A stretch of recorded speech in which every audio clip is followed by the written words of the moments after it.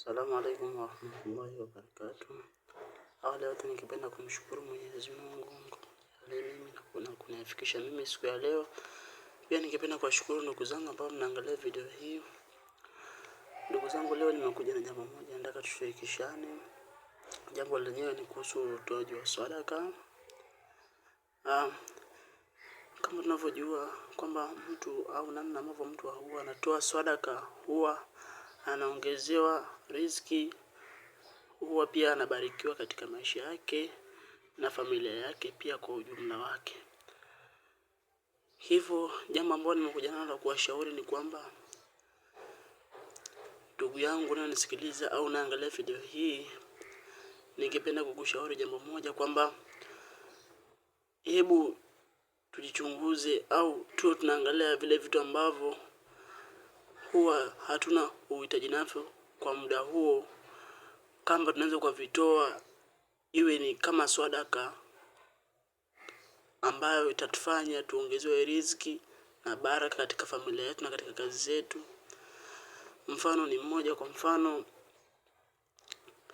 ndugu yangu unanisikiliza, mfano pale nyumbani una akiba ya nguo au una nguo ambazo zimesha kubana au una nguo ambazo wewe unaona kama zimechoka au unakuwa unaona kama yani hauwezi kuzivaa. Unazichukua zile nguo, unaanza kuzifanyia usafi.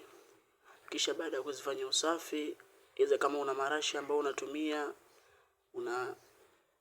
unamiminia mule au unazipulizia zile nguo. Baada ya hapo unachukua zile nguo, iza unachukua kifungashio kikubwa au labda kifungashio chochote, kama ni mfuko wote maalum au wote mzuri ambao unaanza kuhifadhia zile nguo. Kisha unachukua zile nguo unahifadhi mule ndani. Kama una shehe yote wa msikiti au yote ambao mtu yote ambao unajua kabisa ana uhitaji wa zile sadaka au ana uhitaji wa zile nguo ambazo wewe umezitoa kama sadaka, ili uweze kuongezewa riziki na kuendelea kubarikiwa katika maisha yako.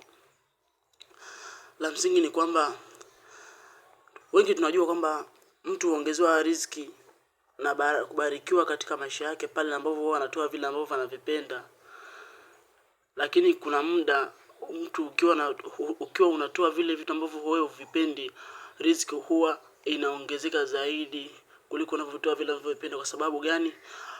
Kuna muda mtu akiwa anatoa vile vitu ambavyo anavipenda, huwa kuna muda kama kuna dukuduku fulani hivi linakuwa linabakia ndani ya moyo. Lakini namna ambavyo unakuwa unazidi kutoa vile vitu ambavyo wewe hauvipendi, kwa mfano nguo zako ambazo wewe hauzivai, unaona kwamba kuna labda mandoo ambao unaona kama wewe yamechoka, wapo watu wana uhitaji wa hivyo vitu, unaona. Kwa hiyo ile namna ambavyo unatoa vile vitu kwa watu ambao wenye uhitaji, Mungu huwa anaongeza baraka zaidi, unaona ndugu zangu. Kwa hiyo hilo ni jambo tu ambalo nimeamua leo kuwashirikisha ndugu zangu. Kwa hiyo ndugu zangu ambao mnaangalia video hii, kama una akiba yoyote ya nguo ambazo wewe unaona kama hauzivai au unaona kabisa hizi sasa hivi mwili wangu na kutokana na nguo hizi zinanibana au nguo hizi tena hazinifai, cha kukusii tu ni kuziandaa zile nguo zako vizuri, kuzifanyia usafi, kisha kuzipeleka sehemu maalum. Na kama huzijui zile sehemu maalum, basi unaanza kuonana na shehe yote wa msikiti ambapo wewe ulipo. Unaona ndugu zangu, yeye atajua sehemu au namna au mahala gani ambapo ni sahihi kuweza kufikisha ile sadaka yako ambayo umetoa. Na kila ukiwa unatoa ile sadaka, basi na moyo huo unafarijika zaidi ndugu zangu. Kwa hiyo hilo mimi ni jambo ambalo nimeona leo niwashirikishe ndugu zangu. Kwa hiyo na fadhila ya hayo mambo au fadhila ya hilo jambo ambalo utalifanya, utakuja kulikumbuka. Ipo siku utakuja kulikumbuka ndugu zangu. Kwa hiyo tuendelee tunajitahidi kwa tunavitoa vile muda ambavyo sisi huwa hatuna uhitaji navyo kwa muda huu, unaona.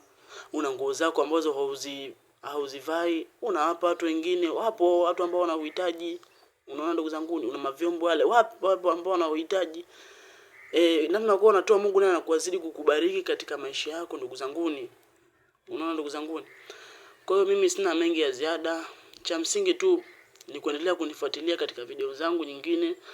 Na kitu kizuri zaidi ni wale wapenzi wa YouTube, unaanza kuenda kwenye YouTube yako ukasearch, unaenda kwenye sehemu ya kusearch pale, una search Ramyon Details, utakuta kuna vipindi ambavyo nimeviandaa, vipindi vizuri tu kabisa na vinahusiana na masuala malezi ya watoto nini, yani hivyo tu. Kwa hiyo usiache kusubscribe kwenye vipindi vyangu vya YouTube. Pia nahitaji support zenu ndugu zanguni, kama nilivyoonyesha kule Instagram kuna makanyagio yale ya mlangoni wao wanatengeneza. Kwa hiyo nahitaji support zenu, bei ni nafuu zaidi. Wasalamu alaikum warahmatullahi wabarakatuh.